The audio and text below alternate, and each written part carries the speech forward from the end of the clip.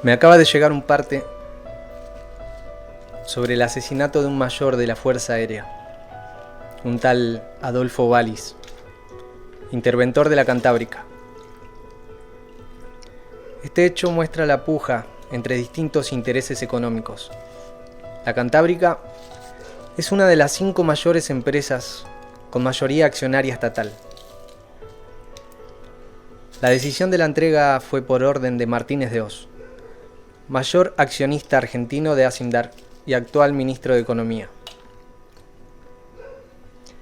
La información asegura que Valis estaba en contra de la venta, por considerarlo como una estafa al heraldo público.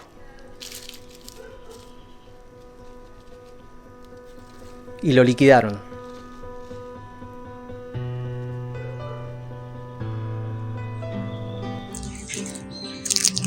Hacia mediados de la década del 70, el mundo había cambiado.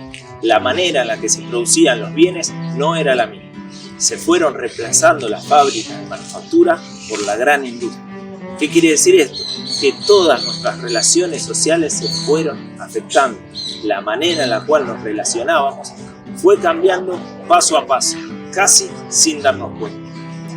Es por eso que las condiciones políticas y sociales en las que se había asentado los primeros gobiernos peronistas no existían más.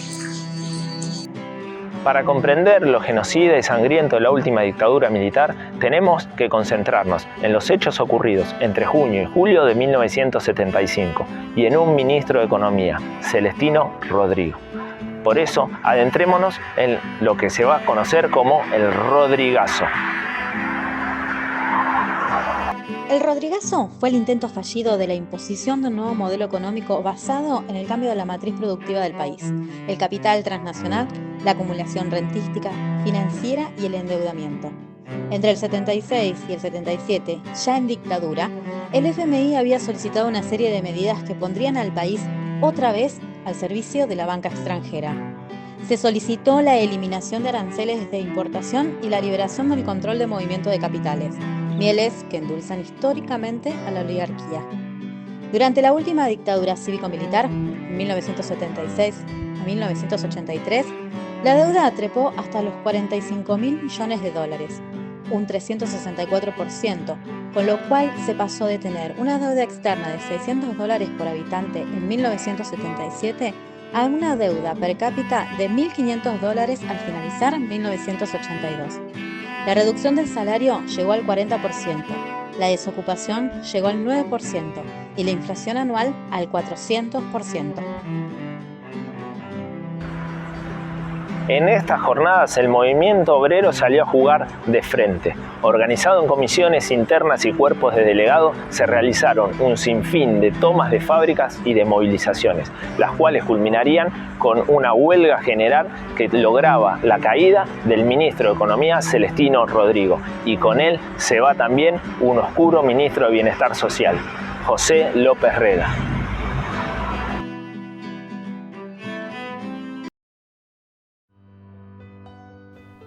¡El café!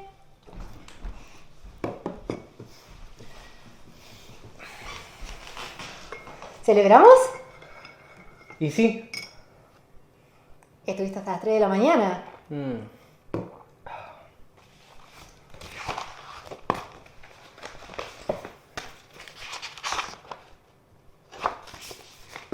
10 copias. ¿Y el cuento? El cuento. Lee el final. Se lo cambiaste. Y sí.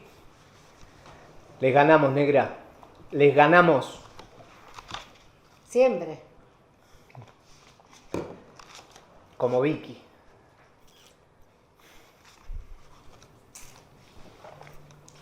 En esto debemos estar tranquilos. Ella supo bien qué hacer. Para eso se necesita coraje. Y convicción. Y saber que les ganaste.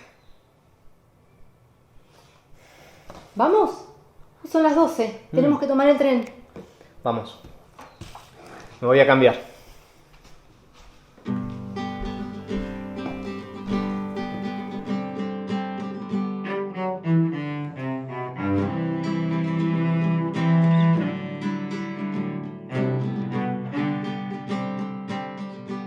En 1999, Estados Unidos desclasifica 6.000 documentos de los genocidios de las últimas dictaduras militares y pone en evidencia lo que ya sabíamos. El Plan Cóndor, que es una estrategia de Estados Unidos en el marco de la Guerra Fría, logra instalar un nuevo modelo económico neoliberal en América Latina, obviamente favoreciendo a las economías más concentradas.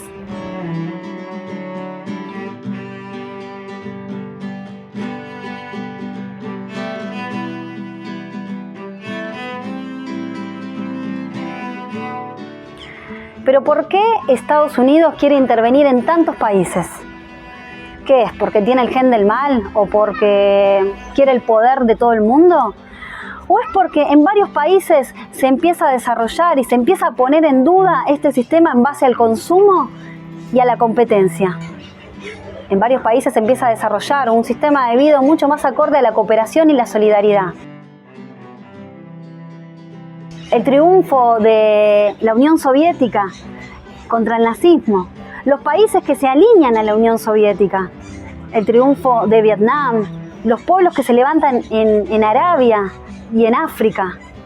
Y sin ir más lejos, acá, en América Latina, en Cuba, que deja de ser una islita soñadora y revolucionaria y se empiezan a sumar Chile y Nicaragua.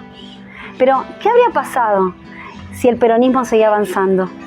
¿Qué habría pasado si eso pasaba acá en Argentina? ¿Cuánto tardaría que pase en Brasil y en el resto del continente? Es por eso que Estados Unidos quiere instaurar estas dictaduras sangrientas, porque el capitalismo cae y con él caen 400 años de hegemonía y no lo iba a dejar librado a los pueblos revolucionarios. Es ahí donde utiliza toda su maquinaria burguesa para evitar la caída del sistema y obviamente lo hace no ahorrando sangre del pueblo. La distribución de desaparecidos por ocupación de la CONADEP estableció que el 30,2% correspondió a obreros, el 17,9% a empleados, el 5,7% a docentes, el 5% a autónomos y el 1,3% a periodistas. Incluso se le suman los profesionales, franja laboral que ocupa el 17,8%. La cifra de trabajadores desaparecidos llega al 77,9% del total.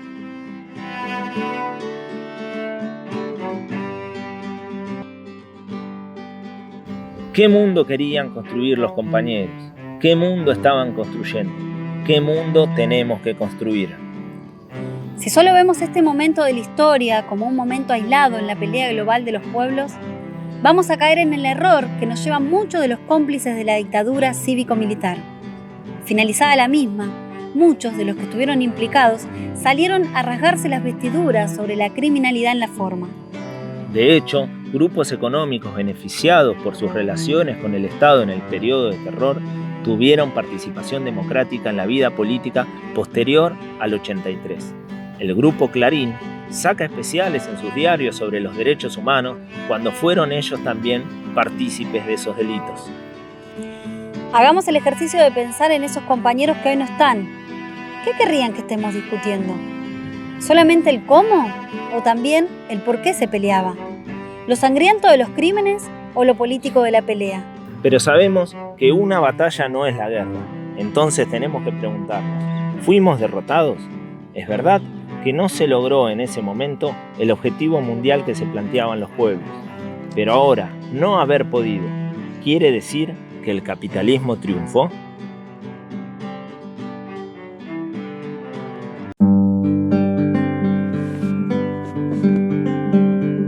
Con los añicos del cristal armar mi espejo y en los escombros del jardín ser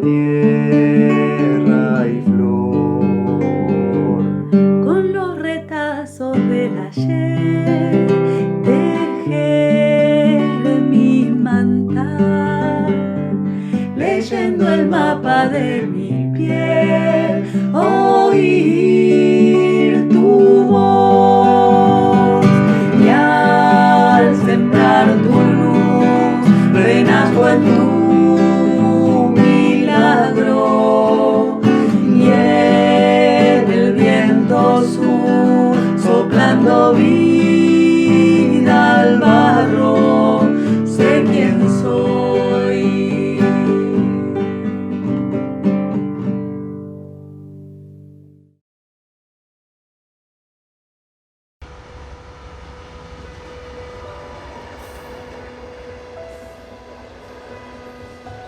Estas son las reflexiones que en el primer aniversario de su infausto gobierno he querido hacer llegar a los miembros de esa junta, sin esperanza de ser escuchado, con la certeza de ser perseguido. ¡No te olvides de regar las lechugas! Pero fiel al compromiso que asumí hace mucho tiempo de dar testimonio en momentos difíciles. Rodolfo Walsh.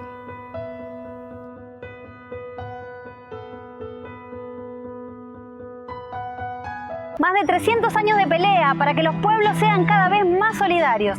En el recorrido histórico tenemos cada vez mejores condiciones.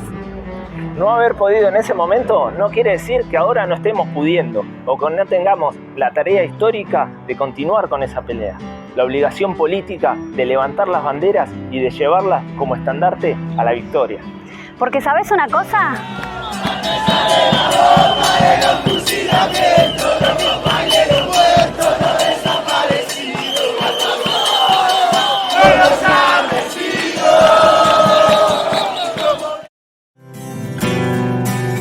Con los añicos del cristal, armar mi espejo,